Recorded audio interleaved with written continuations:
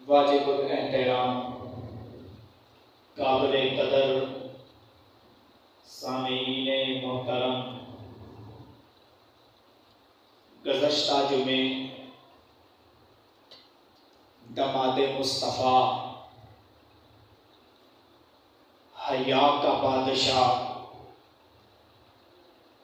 جناب عثمان بن عفان رضی اللہ تعالی عنہ کے حوالے سے چند گزارشات کی تھی۔ آج انہی کے ہم زلف نبی کے دوسرے داماد، جن کو آج دنیا شیر خدا کے نام سے یاد کرتی ہے،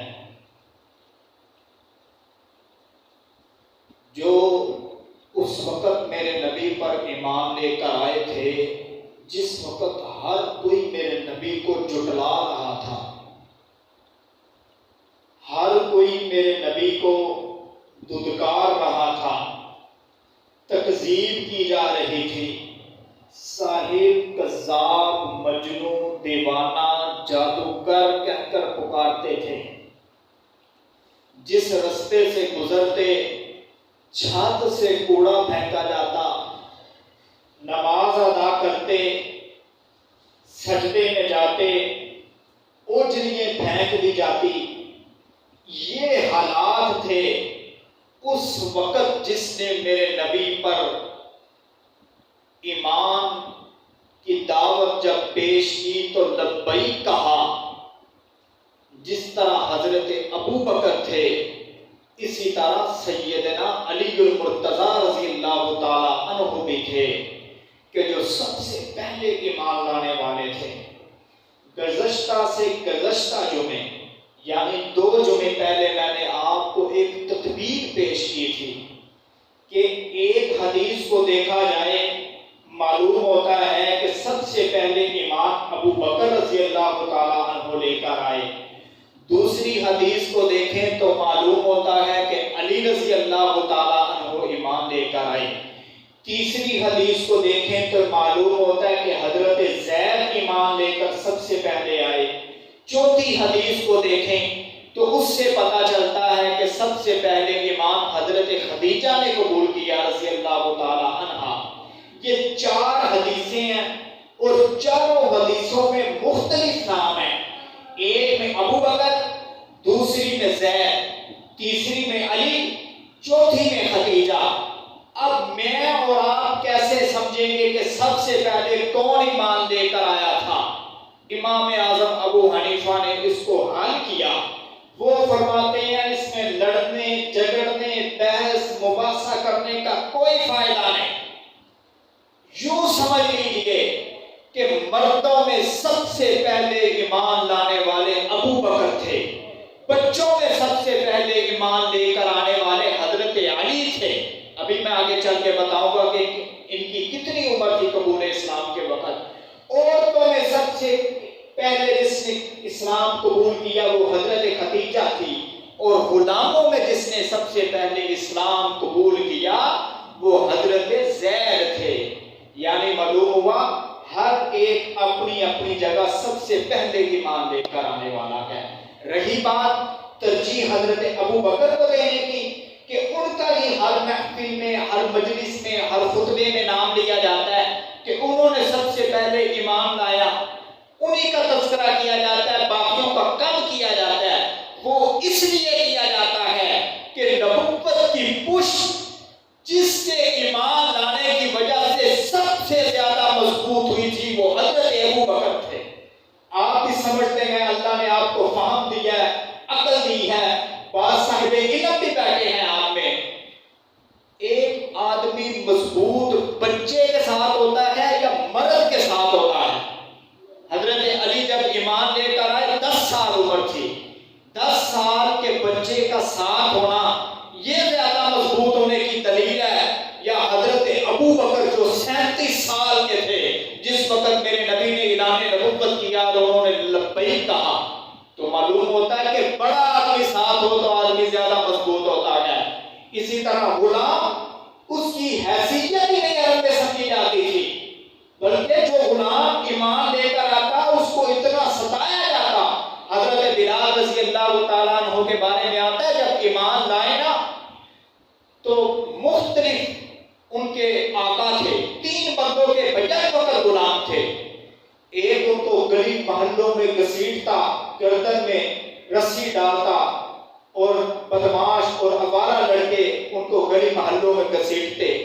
دوسرے کی باری آتی، وہ ان کو کوئلوں پہ لٹاتا، انگارے گرم کر کے لکڑی جلا کر کہ چھوڑ دے محمد کو۔ تیسرے کے باری آتی، وہ گرم ریت پر لٹاتا۔ اب عرب کی گرمی جو وہاں گئے ہیں وہ جانتے ہیں کس قدر تپش والی زمین ہوتی ہے۔ ادھر سیال کوٹ سورج تیز ہو، پوری اپنی آب و تاب کے ساتھ نکلا ہو، زمین اس قدر گرم ہو جاتی ہے آپ مسجد کے باہر سین پہ چل نہیں سکتے، تو سوچئے وہ عرب کی زمین کس قدر گرم ہوگی اور بلال کے جسم کو کس قدر وہ جلاتی ہوگی۔ یہی تو وجہ ہے نا، تکلیفیں آئی ہیں، مصیبتیں آئی ہیں، آزمائشیں آئی ہیں، لیکن ایک وقت ہوتا ہے ہر مصیبت کا، ایک وقت ہوتا ہے ہر آزمائش کا۔ اللہ قرآن میں کہتا ہے ان مع العسر یسرا، میں تنگی کے بعد آسانی ضرور دیتا ہوں۔ اس لیے جب تنگی آ جایا کرے نا تو پریشان نہیں ہونا، مشکل آ جایا کرے کسی بھی اعتبار سے تو دل چھوٹا نہیں کرنا، بلکہ اپنے ہاتھوں کو رب کے آگے اٹھانا ہے، اپنی آنکھوں سے آنسو بہانے ہیں، وہ وقت گزر جائے گا۔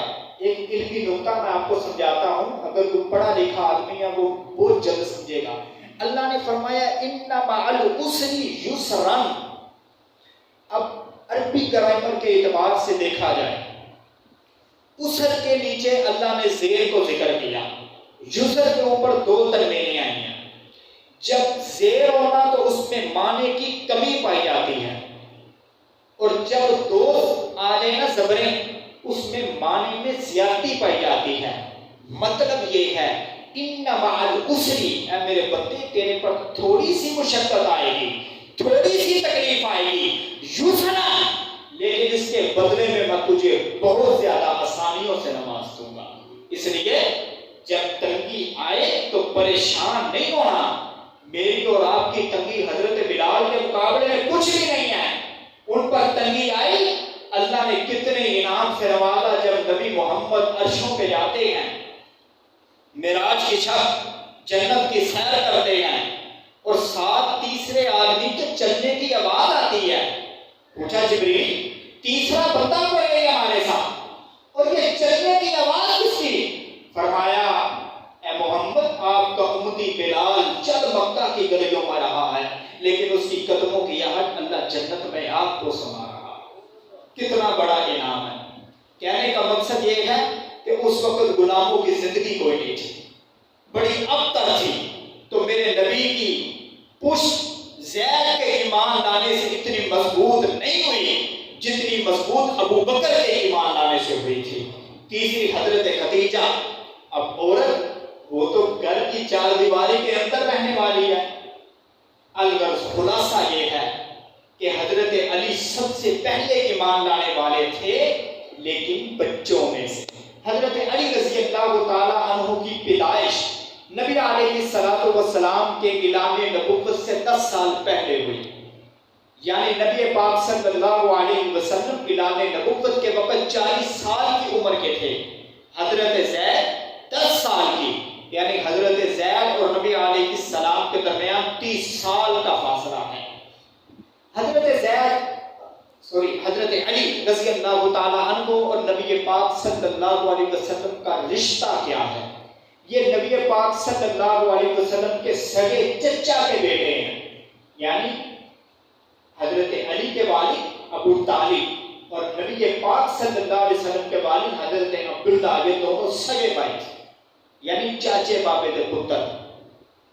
تو نبی علیہ السلام نے جب اعلان نبوت کیا، پہلے اجتماعی طور پر پہاڑ کی چوٹی پہ اپنے سارے علاقے والوں کو جمع کیا جن میں رشتہ دار بھی تھے۔ اس کے بعد نبی علیہ السلام نے دعوت کی اپنے رشتہ داروں کی، جس میں صرف رشتہ دار تھے۔ کہنے لگے اللہ نے نبوت کا کارڈ سجایا ہے، ایک نبی مضبوط تب ہوگا، اس کی بات لوگ زیادہ تب مانیں گے جب اپنے ساتھ دیں گے. اگر آپ میرا ساتھ دیتے ہو تو میں مضبوط ہوں گا، لوگ میرا ساتھ دیں گے، لوگ مجھ پر ایمان لائیں گے، اللہ کو ایک مانیں گے، غیر اللہ کی پوجا کو چھوڑیں گے. سب رشتہ داروں نے جھٹلا دیا، سب رشتہ داروں نے انکار کر دیا. دل تو ٹوٹتا ہے، غمگینی تو ہوتی ہے، دل کو محسوس تو ہوتا ہے کہ میں اللہ کا پیغام لے کر آیا ہوں. اللہ کہتا ہے کنتم علی شفا حفرۃ من النار، یہ تو جہنم کے کنارے پر تھے. فانقذکم منہا، میں نے محمد کے ذریعے ان کو جہنم میں جانے کی بجائے جنت کے راستے پہ ڈال دیا. یعنی محمد عربی مجھے اور آپ کو جنت میں لے جانے کا وسیلہ ہے.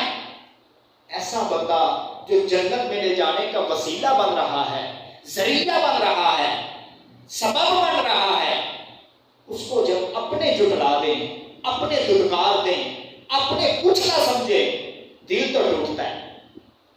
نبی پاک صلی اللہ علیہ وسلم پریشان ہیں کہ میرے اپنوں نے مجھے جھٹلا دیا. ابھی یہ کشمکش میں ہے، آواز آتی ہے، ایک بچہ کھڑا ہوتا ہے، لبیک یا محمد، اشہد ان لا الہ الا اللہ واشہد ان محمدا عبدہ ورسولہ. جب نبی پاک صلی اللہ علیہ وسلم نظریں اٹھا کر دیکھتے ہیں تو وہ حضرت علی رضی اللہ تعالیٰ عنہ تھے.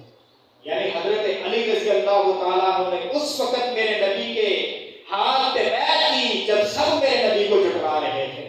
نبی پاک صلی اللہ علیہ وسلم کو حضرت علی کے ساتھ بڑی محبت تھی.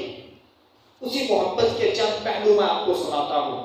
نبی علیہ السلام نے خداوند کے حکم سے جب ہجرت مدینہ کی، حضرت ابو بکر کو ساتھ لیا اور دوسرے مسلمانوں کو کہا کہ تم بھی نکل آؤ مدینہ کی طرف. ہر کوئی اپنی طاقت کے مطابق نکل رہا ہے، لیکن آپ نے ہجرت کے واقعات سنے ہوں گے اور اس میں یہ بھی سنا ہوگا کہ جب نبی پاک صلی اللہ علیہ وسلم جانے لگے تو کفار کی امانتیں نبی کے پاس تھی.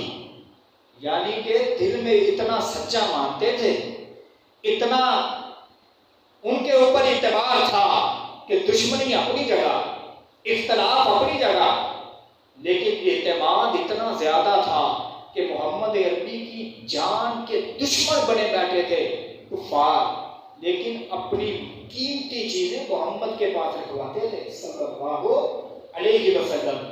وہ کفار کی امانتیں تھیں. اب آپ خود سوچیں، ایک بندہ چھوڑ کر جا رہا ہے ہمیشہ کے لیے ایک علاقے کو کہ پھر کبھی نہیں پلٹ کے آؤں گا، اور وہاں کے لوگوں کی قیمتی چیزیں بھی پاس ہوں، لیکن ایمان دیکھیے، انصاف دیکھیے، اس میں ڈنڈی نہیں ماری میرے نبی نے. کیوں؟ یہ میرے اور آپ کے لیے سبب ہے کہ جب کسی سے اختلاف ہو جائے، جب کسی سے جھگڑا ہو جائے تو اس کا یہ مطلب نہیں وَلَا يَجْرِمَنَّكُمْ شَنَآنُ قَوْمٍ عَلَىٰ أَلَّا تَعْدِلُوا. قرآن پاک کی آیت ہے، کسی کے ساتھ اختلافات تمہیں ناانصافی میں نہ ابھارے، بلکہ انصاف کا پہلو تم نے تھامے رکھنا ہے. میرے نبی کی زندگی کا یہ سبق ہے. جتنا مرضی کسی کے ساتھ اختلاف ہو جائے، لیکن انصاف کے پہلے کو آپ نے تھام کے رکھنا ہے. میرے نبی نے وہ امانتیں حضرت علی کے پاس رکھوائی ہیں. علی، جب تک آخری امانت اس کے حقدار اور مالک کو نہ دے دے تو نے مدینے نہیں آنا. یہ ساری امانتیں جن کی ہیں ان کو حوالے کر کے آنا ہے. اب مسلمان جا رہے ہیں ہجرت کر کے، علی بیٹھے ہیں مکہ میں. اب لوگ تانے مار رہے ہیں، علی تجھے تو نبی نے اس لیے چھوڑ دیا کہ تو ان پر بوجھ تھا، تو ان کے لیے مصیبت تھا، تو ان کے لیے آزمائش تھا، اس لیے نبی پاک صلی اللہ علیہ وسلم تجھے مکہ میں چھوڑ گئے ہیں. سخت پریشان، دل غمگین کہ منافقین بھی تانے مار رہے ہیں، کفار بھی تانے مار رہے ہیں کہ تجھے تو نبی نے اس قابل نہیں سمجھا کہ اپنے ساتھ لے جاتے، باقیوں کو لے کے تجھے چھوڑ گئے.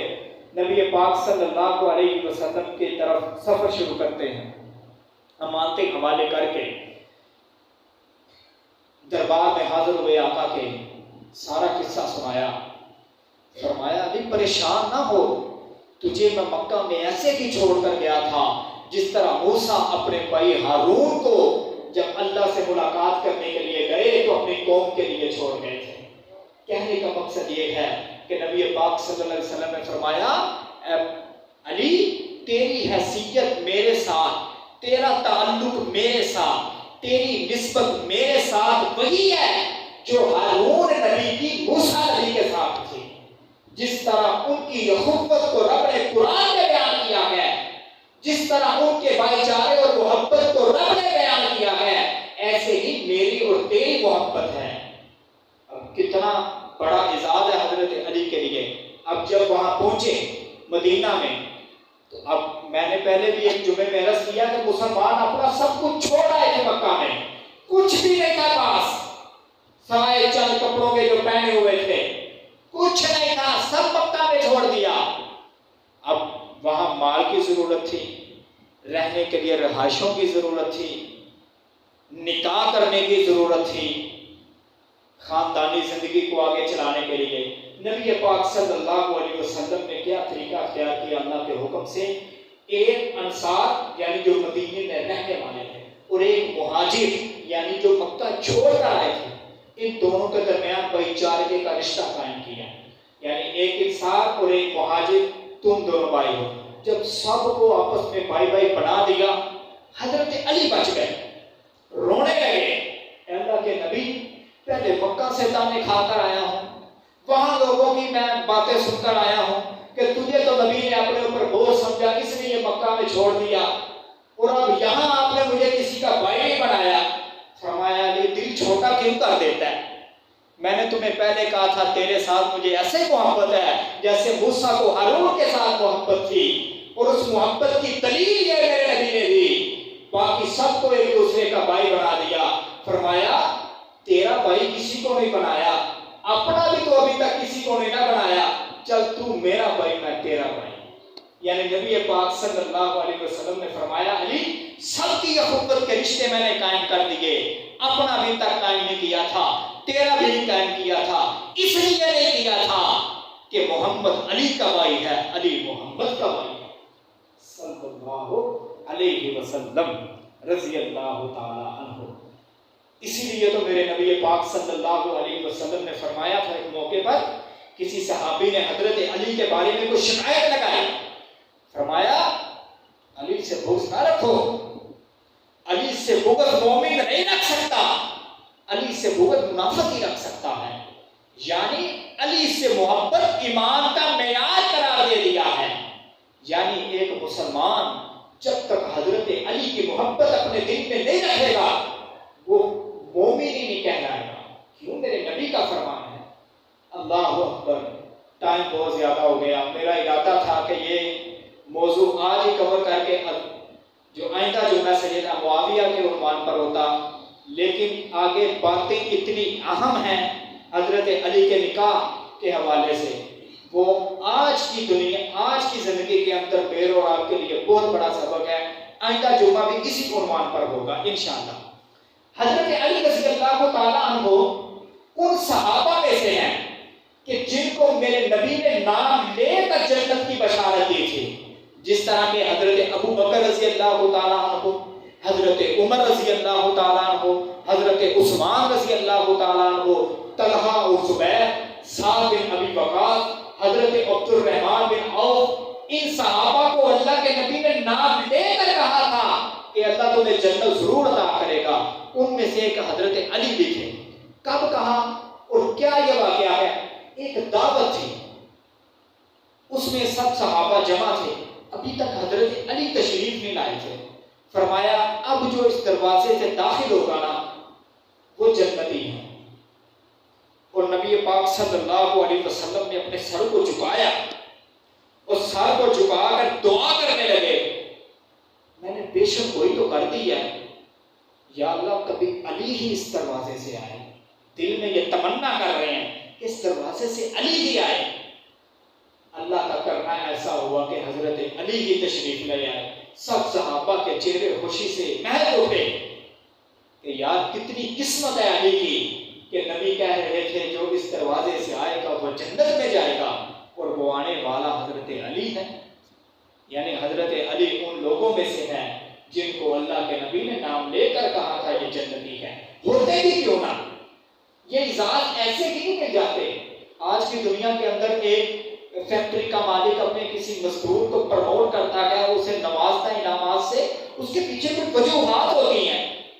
کوئی بھی ادارے کا جو ہیڈ ہوتا ہے وہ اپنے ماتحت لوگوں کو جب پروموٹ کرتا ہے، جب ان کو نوازتا ہے تو یوں ہی نواز دیتا، بلکہ کچھ تعلقات کی وجہ سے یا اس کی اچھی کارکردگی کی وجہ سے نوازتا ہے۔ تو حضرت علی کو بھی یوں ہی میرے نبی نے نہیں نواز دیا۔ میں ایک واقعہ آپ کو سناتا ہوں اور سنا کر بات مکمل کرتا ہوں کہ حضرت علی اللہ کے ساتھ کتنی محبت کرنے والے تھے، اللہ سے کتنا زیادہ ڈرنے والے تھے۔ جنگ کا موقع ہے، حضرت علی بہت بڑے لیڈر مجاہد تھے، بہت بڑے جام باز تھے، خوب تلوار بازی کرنا جانتے تھے، اگلے کو منٹوں میں پچھاڑ کے رکھ دیتے تھے۔ صفے اول کے جس کو کہتے ہیں نا سپاہی فوجی، ان میں سے حضرت علی رضی اللہ تعالیٰ عنہ کا مقابلہ ہو رہا ہے۔ آپ نے دشمن کو پہلی ہی بار میں زمین پہ لٹا دیا، اس کے اوپر چڑھ گئے، قریب تھا کہ اس کا سر تن سے جدا کر دیتے، اس کو واصل جہنم کر دیتے۔ اس نے حضرت علی کے منہ پہ تھوک دیا، اس بدبخت نے۔ حضرت علی اس کو چھوڑ کر پیچھے ہو گئے۔ وہ کافر کہنے لگا، کیوں تو میرے اوپر چڑھ کر بیٹھ گیا تھا، میری گردن کاٹنے کے بالکل قریب تھا، میں نے تیرے چہرے پہ اس لیے تھوکا کہ تجھے مزید غصہ آئے اور تو مجھے جتنا جلدی ہو سکے ختم کر دے تاکہ میری موت کے اندر جو تکلیف آنی ہے وہ کم ہو، کیونکہ جتنی جلدی جس کو قتل کر دیا جائے اتنی زیادہ تکلیف سے وہ بچتا ہے۔ جتنا آپ ٹھہر کر کسی کو قتل کریں گے اتنا وہ زیادہ سسک کے مرے گا۔ اس کی مثال میں آپ کو دیتا ہوں، کسی کو ایک گولی لگاؤ، ممکن ہے وہ ہسپتال تک اس کی سانسیں چلتی رہے، تکلیف تو ہو رہی ہے، لیکن اس کو ایک ہی بار میں 5 گولیاں مار دو، ختم، جو اتنی تکلیف کاٹتی تھی وہ نہیں ہو۔ اس لیے وہ کافر کہنے لگا کہ میں نے آپ کے چہرے پہ اس لیے تھوکا تھا تاکہ میری تکلیف کم ہو جائے، آپ مجھے جلدی قتل کر دیں، لیکن آپ مجھے چھوڑ کر پیچھے ہو گئے۔ سنیے حضرت علی کا جواب، اور اپنے دل کی تختیوں پہ لکھنے اور اپنی زندگی کا حصہ بنا لیں اس کو۔ حضرت علی نے کہا، جب میں پہلے تیری چھاتی پہ چڑھ کر تجھے قتل کرنے لگا تھا اس میں صرف رضا اللہ کی تھی، صرف اللہ کی خاطر، دین کی سر بلندی کے لیے، زمینوں کو اللہ کی رضا کے لیے فتح کرنے کے لیے تجھے قتل کرنے لگا تھا، لیکن جب تو نے میرے منہ پہ تھوکا اس میں میری ذاتی دشمنی آ گئی تھی، اس میں میرا ذاتی اناد آ گیا تھا، اس میں میرا ذاتی بغض آ گیا تھا، اور علی یہ تصور نہیں کر سکتا کہ وہ اپنے اناد اور اپنے بغض کی وجہ سے کسی کو قتل کر دے۔ یہ میرے اور آپ کے لیے بہت بڑا سبق ہے کہ جب بھی کسی سے محبت کرنی ہے تو کس کے لیے کرنی ہے، جب بھی کسی سے نفرت کرنی ہے تو کس کے لیے کرنی ہے۔ حضرت علی کا یہ قول یقین کریں کہ میرے اور آپ کے لیے بہت اہم ہے۔ یہ خود بھی اپنی زندگیوں میں اس کو اپنائیں اور اپنے بچوں کو اس طرح کے واقعات سنائیں کہ وہ کس قدر عظیم لوگ تھے، کس قدر آپ خود اندازہ لگائیں کہ آپ ایک بندے کو بالکل قتل کرنے والے ہیں، اوپر سے آپ کے چہرے پہ وہ تھوک دیں اور آپ اس کو چھوڑ دیں۔ میں اور آپ ہوتے تو ایسا کرتے، بلکہ اس کے منہ پہ دوبارہ تھوک کے اس کو قتل کرتے۔ ہمارا تو یہ رویہ بن چکا ہے، لیکن وہ لوگ تھے انہیں پتا تھا کہ ہم نے بعد میں آنے والی امت کے لیے آئیڈیل بننا ہے، ہم نے بعد میں آنے والی امت کے لیے رہنما بننا ہے، ان کے لیے اچھا سبق چھوڑ کے جانا ہے، اس لیے وہ پیچھے ہٹ گئے۔ جب وہ پیچھے ہٹے اس نے سوال کیا، بتایا کہ اس لیے اب میری ذاتی دشمنی آ گئی، اب نہیں تجھے قتل کروں گا۔ وہ کافر اس قدر متاثر ہوا حضرت علی سے کہ یار یہ اس قدر انصاف پسند لوگ ہیں اور ہم ان کے ساتھ جنگیں لڑ رہے ہیں، ہم ان کے ساتھ قتل و قتال کر رہے ہیں، ایک دوسرے کا خون بہا رہے ہیں، یار یہ لوگ جھوٹے نہیں ہو سکتے۔ وہ کہتے ہیں نا اسلام تلوار سے کم اخلاق سے زیادہ پھیلا ہے، اسلام تلوار سے کم اخلاق سے زیادہ پھیلا اگر آپ یورپ کو متاثر کرنا چاہتے ہو، ان کو اسلام کی طرف راغب کرنا چاہتے ہو، اپنے اخلاق درست کر لیجیے۔ جب ہمارا رویہ اچھا ہوگا نا، ہمارے معاملات اچھے ہوں گے، تو یقیناً وہ لوگ آپ کے اخلاق سے متاثر ہو کر اسلام ضرور قبول کریں گے۔ جس طرح حضرت علی کے اخلاق سے متاثر ہو کر وہ جو جان کا دشمن تھا، جو قتل کرنے کے لیے آیا تھا، جو خون بہانے کے لیے آیا تھا، جو اسلام کا جھنڈا اپنے پیروں تلے روکنے کے لیے آیا تھا، وہ شخص حضرت علی کے اس عمل سے اتنا متاثر ہوتا ہے کہ یار یہ لوگ جھوٹے نہیں ہو سکتے، جو اپنے اناد کو پیچھے کر دیتے ہیں، رب کی رضا کو آگے کر دیتے ہیں۔ اس نے کہا میں بھی آپ کی صف میں شامل ہونا چاہتا ہوں۔ اس نے کلمہ پڑھا، اشہد لا الہ الا اللہ و اشہد ان محمد عبدہ و رسولہ۔ یہ حضرت علی کی زندگی کا سبق ہے میرے اور آپ کے لیے۔ اللہ سے دعا ہے کہ اللہ تعالیٰ مجھے اور آپ کو حضرت علی رضی اللہ تعالیٰ عنہ کی سیرت سے سیکھنے والا بنائے۔ آئندہ جمعہ بڑا ہی اہم ہے، بڑا ہی اہم ہے۔ میں زور دے کر کہہ رہا ہوں، آپ جتنا وقت سے آئیں گے اتنا آپ کے لیے فائدہ ہے۔ اس کا میں ایک اشارہ کر دیتا ہوں کہ حضرت علی کے نکاح کے حوالے سے کہ کس طرح ان کا نکاح ہوا اور کس طرح آج ہمارے نکاح ہو رہے ہیں۔ انشاءاللہ آئندہ جمعہ اس عنوان پر ہوگا، وما توفیقی الا باللہ۔